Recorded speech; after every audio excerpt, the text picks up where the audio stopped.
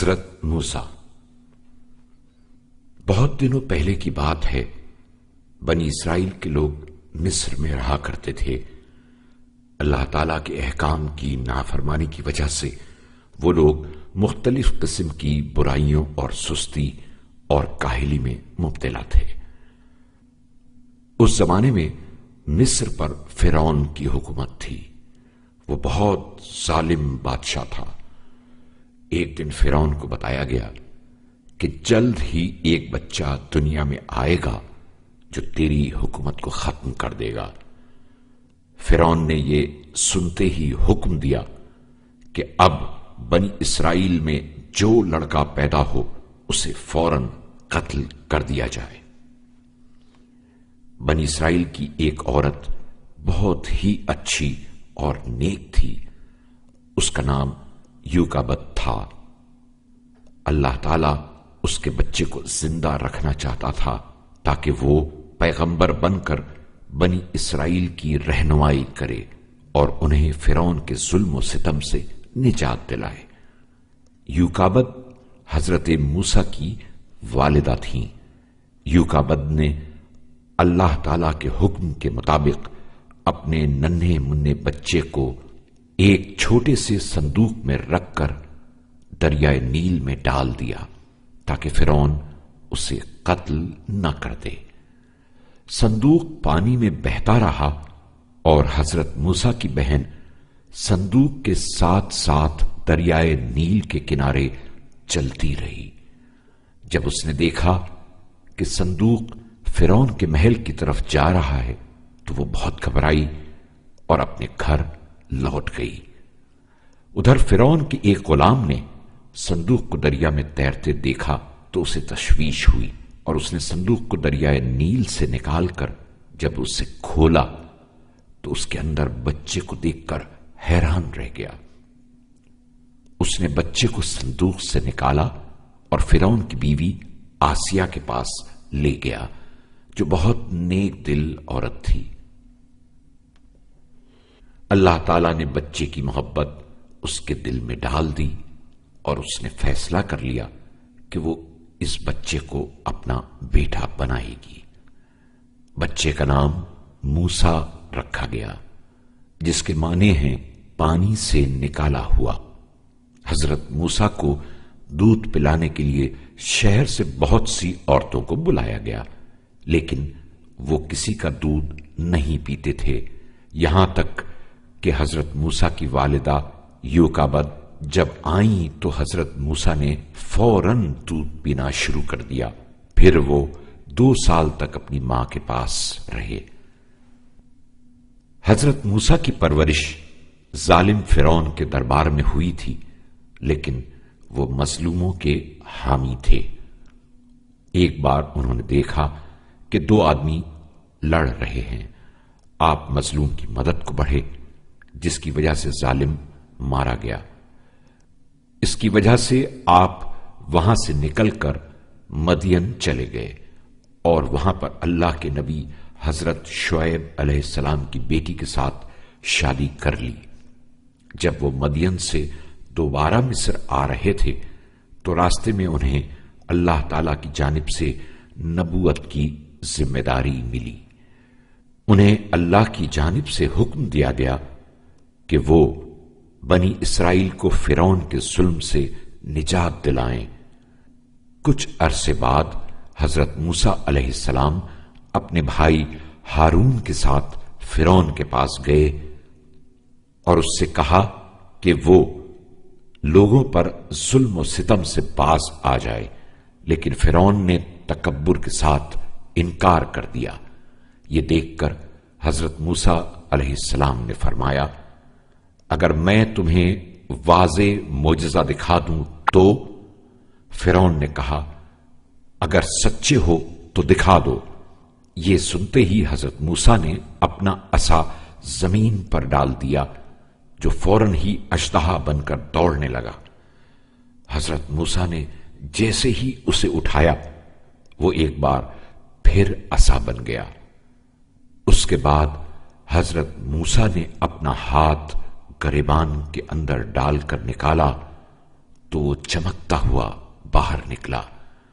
حضرت موسیٰ علیہ السلام کا معجزہ دیکھنے کے بعد فرعون نے سوچا کہ پورے ملک سے ماہر جادوگروں کو بلایا جائے تاکہ وہ حضرت موسیٰ کو خوف زدہ کر دیں۔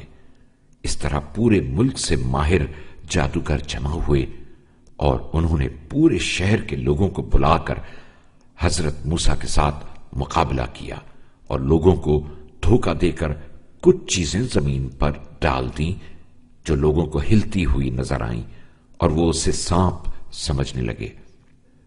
حضرت موسیٰ نے بھی فوراً حکم خدا سے اپنی لاٹھی زمین پر ڈال دی جو ایک سچ مچ کا اشتہا بن گئی اور اس نے جادوگروں کے جھوٹے سانپوں کو کھا لیا۔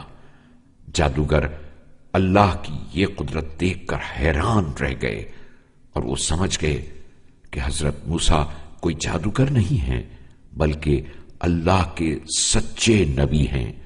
اس لیے وہ سب سجدے میں گر گئے اور کہنے لگے، ہم پوری دنیا کے خالق یعنی موسیٰ اور ہارون کے خدا پر ایمان لائے۔ فرعون شکست کھا کر بہت سڑپٹایا اور اس نے غصے میں آ کر مسلمان ہو جانے والے جادوگروں کو قتل کر دیا۔ اس کے بعد بھی وہ بنی اسرائیل پر مزید ظلم کرنے کی فکر میں تھا کہ ایک رات حضرت موسیٰ نے حکم خدا سے اپنی قوم کو حکم دیا کہ وہ مصر سے نکل جائیں۔ چنانچہ وہ سب لوگ حضرت موسیٰ کی رہنمائی میں مصر سے نکل کھڑے ہوئے۔ ادھر فرعون کو جب معلوم ہوا کہ بنی اسرائیل اپنے گھروں کو چھوڑ کر چلے گئے ہیں تو وہ بھی اپنی فوج کے ساتھ بنی اسرائیل کو پکڑنے کے لیے چل دیا، یہاں تک کہ بنی اسرائیل دریا تک پہنچ گئے اور ان کے پیچھے پیچھے فرعون بھی اپنے لشکر کے ساتھ پہنچ گیا۔ اسی وقت اللہ تعالیٰ نے حضرت موسیٰ کو وحی کے ذریعے حکم دیا کہ دریا پر اپنی لاٹھی مارو۔ لاٹھی کا دریا پر لگنا تھا کہ پانی میں راستہ بننا شروع ہوا اور بنی اسرائیل کے 12 قبیلوں کے لیے الگ الگ راستے بن گئے۔ بنی اسرائیل نے جلدی سے دریا کو عبور کیا۔ فرعون نے اپنی فوج سے کہا کہ وہ بھی اسی طرح دریا کو پار کر لیں، لیکن جیسے ہی فرعون اپنی فوج سمیت دریا میں پہنچا تو راستے بند ہونا شروع ہو گئے اور فرعون اپنی فوج سمیت دریا میں غرق ہو گیا۔ اس طرح سے بنی اسرائیل کو فرعون کے ظلم و ستم سے نجات ملی۔ کچھ عرصے بعد حضرت موسیٰ حکم خدا سے کوہ طور پر گئے اور توریت کی شکل میں اللہ تعالی کے احکامات حاصل کیے۔ وہاں پر اللہ تعالی کی جانب سے توریت کی تختیاں حضرت موسیٰ کو ملیں تاکہ بنی اسرائیل اس کے ذریعے سے ہدایت حاصل کر سکیں۔